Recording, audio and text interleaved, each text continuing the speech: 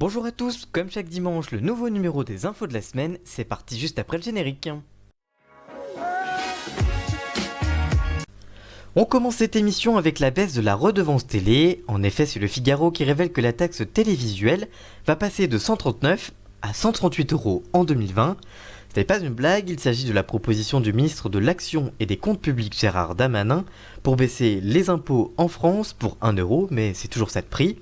Il y a quelques mois, ce dernier avait déjà questionné l'utilité de la redevance télé lors des grands débats nationaux, une idée qui n'avait pas convaincu dans le gouvernement, notamment Édouard Philippe, qui a révélé que ce n'était pas d'actualité.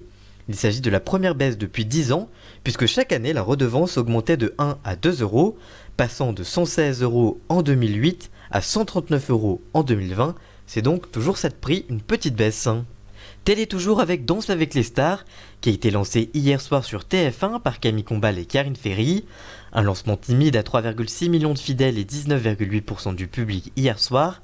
Malgré cela, les internautes ont beaucoup réagi sur les robes de Karine Ferry et Scheim, des robes dont les prix ont été révélés par Télé Loisirs.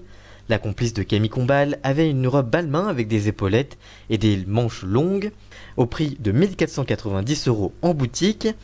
Mais elle a quelque peu été éclipsée par la veste en aluminium de Chris Marquez et la robe de Scheim signée d'un grand couturier néerlandais, Bonovan Persem, dont le prix n'a pas été révélé officiellement.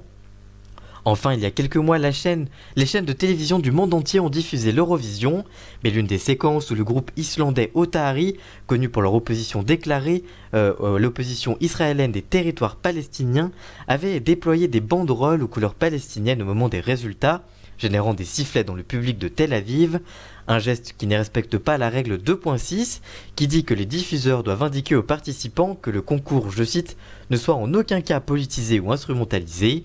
Les organisateurs vont donc infliger une sanction financière non connue pour la chaîne islandaise. La prochaine édition aura lieu en mai 2020 aux Pays-Bas. Et on termine cette émission avec un petit clin d'œil au The Event dont on vous avait déjà parlé dans cette émission et qui se termine aujourd'hui et qui a dit passer le 1 million d'euros de dons. C'est donc une très belle opération et on en parlera peut-être la semaine prochaine s'il y a besoin de plus de détails. Merci d'avoir suivi cette émission, n'hésitez pas à la partager et on se retrouve la semaine prochaine. À très bientôt, ciao!